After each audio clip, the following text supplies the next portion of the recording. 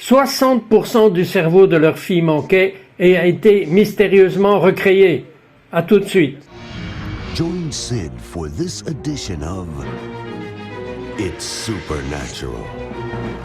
Bonjour, c'est Trott ici, votre journaliste d'investigation. Et mon invité Gary et Mary Hill ont eu une fille d'une 4e grossesse et l'échographie indique qu'il manquait 5/8 du cerveau de leur fille. Quel horrible rapport! Mais revenons en arrière. Marie, pourquoi avez-vous fait une échographie? Eh bien, nous devions déménager de l'Alberta au Canada en Ontario. Et à cause du déménagement, l'obstétricien a estimé qu'il serait bon de faire une échographie et de s'assurer que tout allait bien. Maintenant, Gary, vous êtes médecin. Quel genre de médecin? Je suis urgentiste. Ok, et revenons à cette échographie. Aviez-vous des inquiétudes? Quelque chose n'allait pas? Je veux dire, après tout, c'est votre 4e grossesse. Je veux dire, vous êtes professionnel. Eh bien, je n'avais pas eu d'échographie avant ma 4e grossesse. J'avais déjà eu une échographie à 4 mois de grossesse et pour autant qu'il le sache, tout allait bien. Alors en fait, quand je suis allé faire celle-là, à 8 mois, j'étais un peu nerveuse, je dois dire, et je pense que j'avais un peu d'appréhension dans mon cœur à ce sujet, vous savez, quand j'y repense maintenant. Quel a été votre premier indice qu'il pourrait y avoir un problème? Ok, je pense que le premier indice a été lorsque l'échographiste a commencé à pleurer. En fait, au début de l'échographie, tout son comportement avait été très jovial, et ensuite elle est devenue plus sérieuse, et elle a commencé à me poser des questions comme si le bébé bougeait réellement. Ressentez-vous un mouvement fœtal? Pourquoi exactement votre obstétricienne vous a-t-elle envoyé faire cette échographie? Et l'échographie prenait beaucoup de temps, et elle prenait beaucoup de photos, elle semblait prendre des photos de la colonne vertébrale et de la tête, et quand je lui ai posé des questions à ce sujet, elle a dit qu'elle voulait juste s'assurer que tout allait bien. Avez-vous réalisé que tout n'allait pas bien? Quand elle a commencé à pleurer, j'ai réalisé que quelque chose n'allait pas, et puis quand elle a dit qu'ils allaient devoir prendre des photos supplémentaires sur une autre machine, je savais que quelque chose n'allait pas. Lui avez-vous demandé ce qui n'allait pas? Je lui ai demandé s'il y avait quelque chose qui n'allait pas, mais elle n'a rien dit. Elle a juste dit que le radiologue lui-même allait m'emmener vers une autre machine et qu'il allait prendre des photos. Vous a-t-il dit que quelque chose n'allait pas? Oui, quand ils m'ont emmené à l'autre machine, il ne m'a pas vraiment dit ce qui n'allait pas, mais il a commencé à prendre des photos supplémentaires de la tête, et il semblait aussi de la colonne vertébrale, et cela a été confirmé avec elle lorsqu'elle est également entrée dans la pièce, et il a commencé à pointer différentes choses sur le moniteur, et il conversait en quelque sorte, et je suis devenu perdu. J'étais complètement dans une situation désespérée à ce moment-là. Et un autre technicien a essayé de me calmer, et je lui ai demandé ce qui n'allait pas. Il m'a dit « Votre bébé a des yeux, une bouche et un nez ». Je suppose que dans mon esprit, il a senti ce que je pensais. Je pensais à ce qui n'allait pas dans mon bébé, et il a dit « Je vais déplacer le moniteur pour que vous puissiez voir, et que je puisse vous l'expliquer aussi ». Mais à ce moment-là, j'étais trop bouleversé. J'ai dit « Non, je ne veux pas le voir ». J'ai dit que je voulais juste rentrer à la maison. Il a dit que l'obstétricien m'appellerait et me ferait savoir exactement ce qui se passait. Alors vous êtes rentré chez vous. Et Gary, vous n'étiez pas là. Comment vous a-t-elle dit qu'il y avait un problème? Eh bien, elle venait d'arriver, elle avait l'air assez contrariée. Elle m'a dit, Gary, il y a quelque chose de terrible qui ne va pas avec le bébé. Et j'ai dit, eh bien, tu sais, s'il y avait vraiment quelque chose qui n'allait pas, l'obstétricienne m'aurait téléphoné et me l'aurait dit. Elle a dit, Gary, tu n'étais pas là. Il y a quelque chose de vraiment terrible avec le bébé. Alors j'ai dit, ok, eh bien, je vais lui téléphoner et découvrir ce qui se passe. Alors j'ai appelé l'obstétricienne et elle a dit, je ne sais rien. Et elle a dit, je ne sais rien, mais je vais appeler le radiologue pour le savoir. Donc de toute façon, il m'a rappelé, il a dit, Gary, il y a un problème. Et j'ai bien vu de quoi il s'agissait. Et c'est quelque chose à propos d'un kyste. J'ai dit, eh bien, peux-tu m'en parler? Il a dit, tu sais, je ne veux vraiment pas en discuter au téléphone. Je préférerais en discuter avec toi en personne demain à midi. Alors j'ai dit, eh bien, Marie est trop bouleversée pour venir, mais je viendrai t'en parler. Oh, vous êtes plutôt cool, parce que je veux dire que si cela avait été ma fille, je dirais non, je veux pas attendre demain. Tu me le dis tout de suite. Pourquoi ne l'avez-vous pas fait? Pourquoi je ne l'ai pas fait? Oui. Eh bien, j'ai pensé que c'était raisonnable pour lui de me le dire face à face. C'est le genre de choses que je fais avec d'autres personnes. Ok, alors vous êtes allé le lendemain, vous étiez devant lui, et qu'est-ce qu'il a dit? Il m'a juste fait asseoir et m'a tendu l'échographie et le rapport de l'échographie. Il m'a dit « Gary, je suis désolé, ton bébé a eu un accident vasculaire cérébral intra-utérin. Tout l'hémisphère gauche du cerveau a été détruit et remplacé par un gros kyste.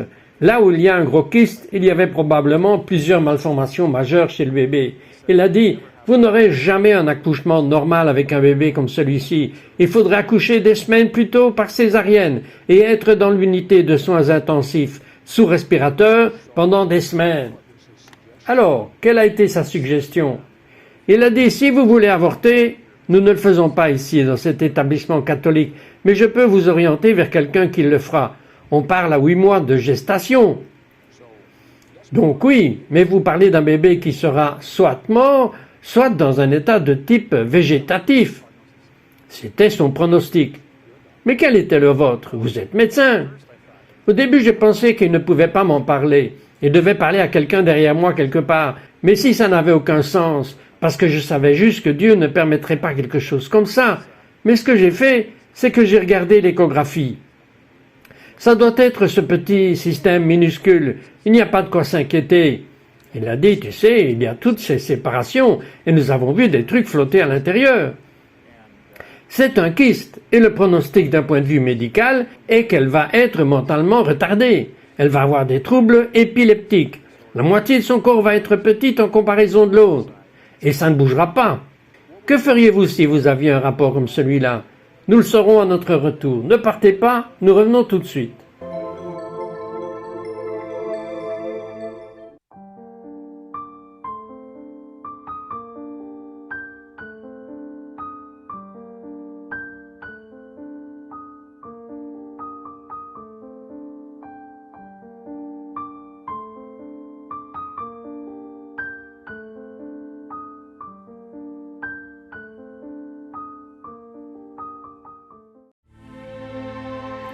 Bonjour, c'est Trott, votre journaliste d'investigation. Je suis là avec le docteur Gary et Marie Hill, qui viennent d'apprendre la nouvelle, car nous l'avons découvert dans le dernier segment. Marie attendait une petite fille qui, d'après l'échographie concluante, avait 5/8 du cerveau manquant.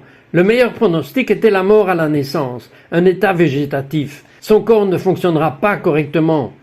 On lui recommande d'avorter. Mais Gary Murray a dit « Non, nous allons faire confiance à Dieu ». Et qu'avez-vous fait à ce sujet, Gary? Bien, quand il m'a donné les informations, je lui ai dit que nous étions chrétiens. Nous ne croyons tout simplement pas à l'avortement. Il a dit, eh bien, je suis catholique, je ne crois pas non plus à l'avortement. Et ce que je vais faire, c'est vous référer à votre propre neurologue obstétrical qui pourra vous donner plus d'informations. J'ai dit, mais qu'est-ce qu'un obstétricien va pouvoir faire pour nous? Il ne peut pas remplacer son cerveau. Il a dit, oui, c'est vrai, cela dépend de Dieu pour vous tenir les mains et vous faire traverser cette terrible période difficile de votre vie. Je l'ai juste regardé. J'ai dit, écoute mon Dieu, ne m'a jamais laissé tomber. Il ne va pas commencer maintenant. J'ai dit, je ne sais pas comment il va me sortir de là, mais il va le faire. Et puis il m'a dit, eh bien, moi aussi je crois que Dieu peut guérir les gens, mais s'il ne guérit pas votre fille. Et je l'ai juste regardé et je n'ai rien dit. Et il n'a plus rien dit non plus. Puis j'ai dit, cela est agréable de vous parler, et je suis juste sorti, et quand je suis rentré chez moi, j'ai dit à Marie ce qui se passait. Pour que Marie sache, lui avez-vous dit toute la vérité? Vous savez, je suis entré et elle m'attendait là, et c'était le pire moment de ma vie. J'ai juste regardé vers elle et elle a dit, qu'est-ce qui ne va pas? J'ai dit, Marie, je ne peux pas te dire ce que c'est, mais c'est mauvais. Je veux dire, ça ne peut pas être pire. J'ai juste monté l'escalier jusqu'à ma chambre pour être seul. Et Marie, que s'est-il passé en vous à ce moment-là? Je pense qu'une combinaison de choc, d'effroi, de peur, de panique, de vouloir sortir de toute cette situation aussi vite que possible. Et je ne savais pas quoi faire. C'était juste une sorte de peur qui montait en moi. Et quand je l'ai entendu monter l'escalier et que je pouvais l'entendre vraiment crier à Dieu, c'était pour moi probablement le pire moment de toute chose, parce que je savais que c'était vraiment sérieux. Eh bien, Gary, vous avez décidé de vraiment déclarer la guerre, si vous voulez. Qu'est-ce que vous avez fait? Quelles mesures avez-vous prises pour la vie de votre bébé? Vous vous battez pour sa vie. Je me battais pour sa vie, et vous savez, la première chose que j'ai faite a été de me ressaisir. Parce que je voulais juste m'effondrer, pleurer et dire à tout le monde quelle chose horrible et terrible m'était arrivée. Et je me suis juste repris et je me suis dit à moi-même, tu sais ce que tu es censé faire. Il y a un Dieu, et il va t'aider. et tu dois le chercher, c'est tout. La vie de ton bébé dépend de toi. Alors j'ai juste commencé à regarder vers le ciel et j'ai dit, Dieu, tu es mon refuge, et tu es ma forteresse, tu es ma tour forte, tu es mon aide, toujours présente en cas de besoin. J'ai dit, Dieu, c'est le moment où j'ai besoin de toi. Vous savez, parler de foi est facile quand vous ne faites que l'enseigner. Mais quand c'est votre propre fille, d'où avez-vous eu cette foi? La personne moyenne n'a pas une foi comme celle-là, Gary. D'où avez-vous obtenu cela? Eh bien, je l'ai tiré de la Bible. Je l'ai tiré des Écritures. À partir de ce moment-là, j'ai dit que je devais passer 100% de mon temps à chercher Dieu. Mais vous avez un travail, vous travaillez comme médecin. J'ai quitté mon travail. J'ai juste téléphoné, c'est tout. Je ne peux plus le faire. Au revoir. Aviez-vous vu des guérisons physiques de vos propres yeux, avant cela, de manière surnaturelle? Mon beau-frère a été guéri. Parlez-moi de cela. Bien, mon beau-frère avait environ 25 ans. Il avait une masse dans le cou et il me l'a montré et j'étais inquiet, parce que c'était ferme et que cela aurait pu être une tumeur. Alors je l'ai référé à son médecin de famille qui l'a envoyé chez un spécialiste d'un centre de référence tertiaire au Canada appelé Toronto General Hospital. C'est l'un des meilleurs hôpitaux au monde au Canada. Et il est allé là-bas et il a vu l'ORL qui a enlevé cette tumeur et qui lui a dit que c'était un lymphome de Hodgkin, qui est une forme de cancer. Et il m'a dit qu'il devait commencer la chimiothérapie immédiatement. Et il lui a juste dit, je ne veux pas commencer la chimiothérapie, je veux chercher Dieu et être guéri. Et ils lui ont proposé un psychiatre pour l'aider avec ce problème qu'il avait. Et donc ce qui s'est passé, c'est qu'il a cherché Dieu. Et la manière dont il l'a cherché, Dieu nous a appris quoi faire. Et quelques semaines plus tard, ils ont dit non, il n'y a pas de cancer, c'est complètement sain. Et c'était fini. En d'autres termes, comment les médecins en ont-ils tenu compte? Ils ne pouvaient pas l'expliquer parce qu'ils lui ont dit qu'il n'y avait absolument rien d'autre à faire que cela. Il se pourrait que nous devions commencer une chimiothérapie de temps en temps. Et ensuite, ils ont dit que ce devait être quelque chose d'autre, comme une sorte d'infection virale, mais que ce n'était pas un cancer. Ma mère a en fait téléphoné au médecin qui s'occupait de son cas. Elle lui a demandé au téléphone, « Comment expliquez-vous ce qui est arrivé à mon fils? Vous vouliez commencer la chimio tout de suite et maintenant il va parfaitement bien. » Ils ont dit, « Si vous voulez croire en une intervention surnaturelle, c'est ce qu'un médecin lui a dit, c'est plutôt bien. » Maintenant vous avez dit que vous avez suivi ce que votre beau-frère a fait. Qu'avez-vous fait en référence au miracle dont vous aviez besoin? Eh bien, ce que j'ai fait, c'est que j'ai cherché dans la Bible les Écritures qui me promettaient un enfant en parfaite santé. Et j'ai fait une liste de ces Écritures. Puis j'ai commencé à les proclamer à voix haute. Et l'autre chose que j'ai faite a été de lire le Nouveau Testament 3 fois, en 6 semaines. Et j'ai aussi commencé à louer et adorer Dieu pendant 3 heures par jour, chaque jour. Et j'ai commencé à lire des livres sur la guérison et des livres sur la foi. Et j'ai commencé à écouter des cassettes audio sur la guérison et la foi. Et puis j'ai commencé à regarder des cassettes vidéo sur la guérison et la foi pour que les gens qui comprenaient la foi, qui guérit, m'apprennent quoi faire. Maintenant, Marie, vous avez vu votre frère guéri. Vous saviez que Dieu l'avait guéri. Vous saviez ce que votre mari savait. Mais c'est quand même vous qui portiez le bébé. Qu'est-ce qui se passait en vous? Eh bien, je pense que le pire pour moi, c'était la peur. La peur de l'accouchement. La peur après l'accouchement. C'était juste le fait que je ne l'ai pas vraiment senti bouger, ce qui m'a vraiment beaucoup dérangé. Et cela bombardait mon esprit. Mais je savais aussi ce que Dieu pouvait faire. J'avais vu ce qu'il avait fait avec mon frère, et je savais qu'il pouvait s'occuper de la situation, et qu'il pouvait guérir Caroline. Bien que, à ce moment-là, nous ne savions pas que c'était une fille. Mais je savais dans mon cœur que Dieu pouvait le faire. Dans ma tête, j'avais toutes ces pensées qui étaient très négatives et pleines de doutes. Mais dans mon cœur, je savais que Dieu pouvait le faire. Et je savais que nous devions mettre la main sur Dieu. Je savais que nous devions le chercher de tout notre cœur pour que cette situation soit rétablie et inversée. Vous savez quoi? Nous allons revenir dans un instant avec le docteur Gary Hill et découvrir que Dieu fait des miracles. Et puisque Dieu dit « Je n'ai pas changé et je ne fais aucune exception de personne », alors ce que je ferai pour un, je le ferai pour tous. Préparez-vous, il y a un miracle à venir. Nous revenons tout de suite.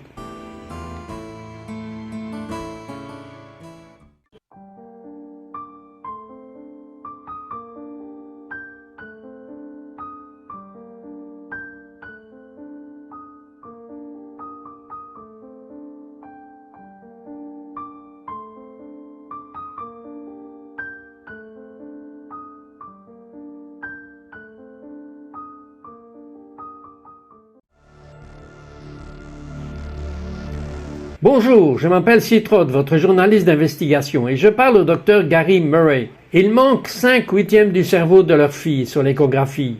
Ils luttent contre le doute, ils combattent l'incrédulité. Leur fille va-t-elle être guérie ou sera-t-elle morte à l'arrivée? Ou sera-t-elle un légume? Docteur Hill, je dois savoir ce que vous faisiez. Quelles étaient les mesures que vous preniez?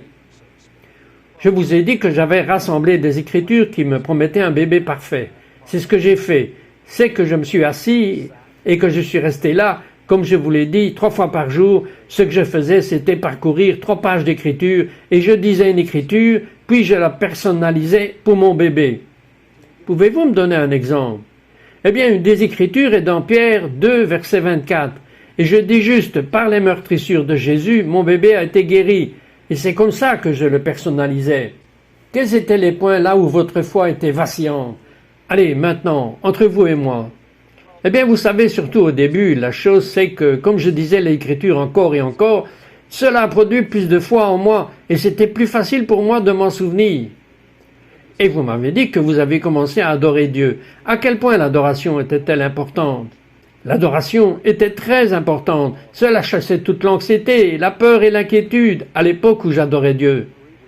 Marie, est-ce que vous disiez ces écritures à haute voix? Oui, nous l'avons fait au début. Il le faisait 3 fois par jour, mais parce que nous essayions aussi de remplir une maison et que j'avais 3 autres enfants, je lisais toutes les mêmes écritures que lui et j'adorais aussi Dieu. Maintenant, un jour, au milieu de ces adorations, quelque chose vous est arrivé qui ne s'était jamais produit auparavant. Expliquez. Eh bien, j'adorais Dieu seul dans ma chambre et je suis tombé. Je ne suis pas seulement tombé, j'ai été jeté par terre et j'avais l'impression que quelque chose m'écrasait. Et la pièce a été remplie d'un nuage. Les gens ne me croiraient peut-être pas, mais je dois vous poser une question. Vous êtes médecin. Ou est-ce que vous buviez ou est-ce que vous preniez de la drogue? Non, je ne buvais pas et je ne prenais pas de drogue. Avez-vous déjà eu un problème d'alcool ou de drogue? Mais jamais. Ok, alors vous me dites que quelque chose vous a jeté au sol. Qu'est-ce que vous faisiez à ce moment-là? J'étais juste en train d'adorer Dieu. Et quelque chose vous a jeté au sol. Il y a un nuage qui est entré dans la pièce. C'était un nuage si épais que je ne pouvais même pas voir le lustre accroché au plafond au-dessus de ma tête. Et qu'est-ce qui se passait à l'intérieur de votre corps d'un point de vue médical? Qu'est-ce qui se passait, docteur? Vous savez, j'avais tellement de pression que je pensais que je devais sortir de là. Je ne pouvais tout simplement pas supporter ça. Vous savez, j'ai commencé à ramper vers la porte. Et puis j'ai pensé, tu sais que c'est Dieu. J'ai dit, je dois rester ici. Et ça s'est levé lentement au cours de la demi-heure suivante. Donc j'ai pu me lever et je pouvais partir. Étiez-vous capable de marcher normalement? Après, oui, mais ce qui s'est passé la nuit suivante était une adoration de Dieu à nouveau, et j'ai commencé à ressentir la même chose que la nuit précédente, et je me suis soudainement rappelé d'un rêve que j'avais fait avant tout ce qu'il avait fait.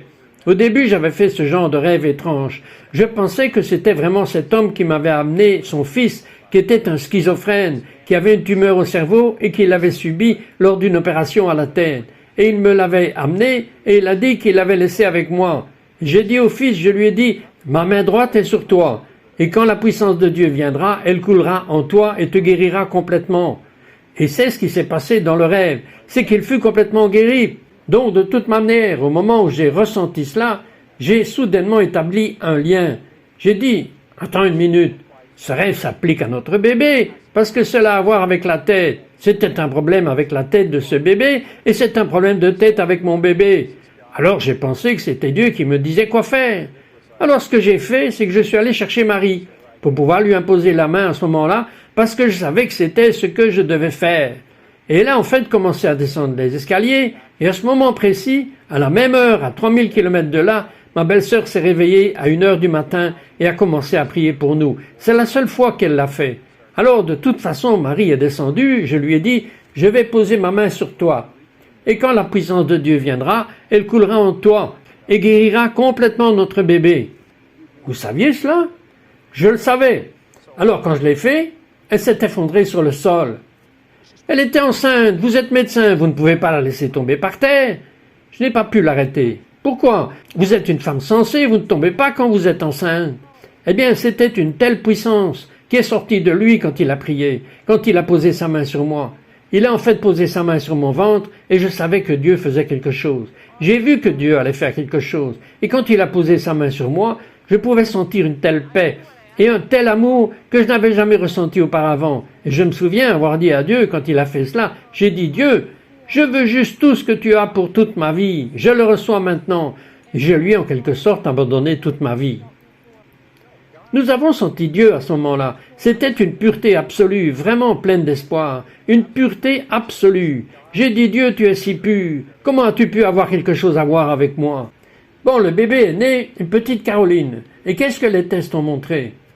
Elle a été examinée par l'obstétricien. Il a dit qu'elle était parfaitement normale. Quel âge a-t-elle aujourd'hui? Elle a 8 ans maintenant. À quel point est-elle normale? Elle joue dans une équipe de football. Quel est son bulletin scolaire? Elle a une moyenne de 97% à l'école. Ils ont fait confiance à Dieu. Pouvez-vous imaginer cela? Cette petite fille, Caroline, qui est leur 4e enfant, et elle n'était pas censée exister. Et elle est normale, et elle est heureuse. Vous imaginez la joie de ses parents? Il avait presque perdu. Mais Dieu dit que tout est possible à ceux qui croient, que tout est très inclusif. Mais vous devez croire sur la base du pardon de vos péchés, à cause du repentir de vos péchés et du sang de Jésus qui les lave. De quoi avez-vous besoin de plus? Dieu vous aime en ce moment. Il vous aime et je crois que beaucoup d'entre vous vont être guéris maintenant au nom de Jésus.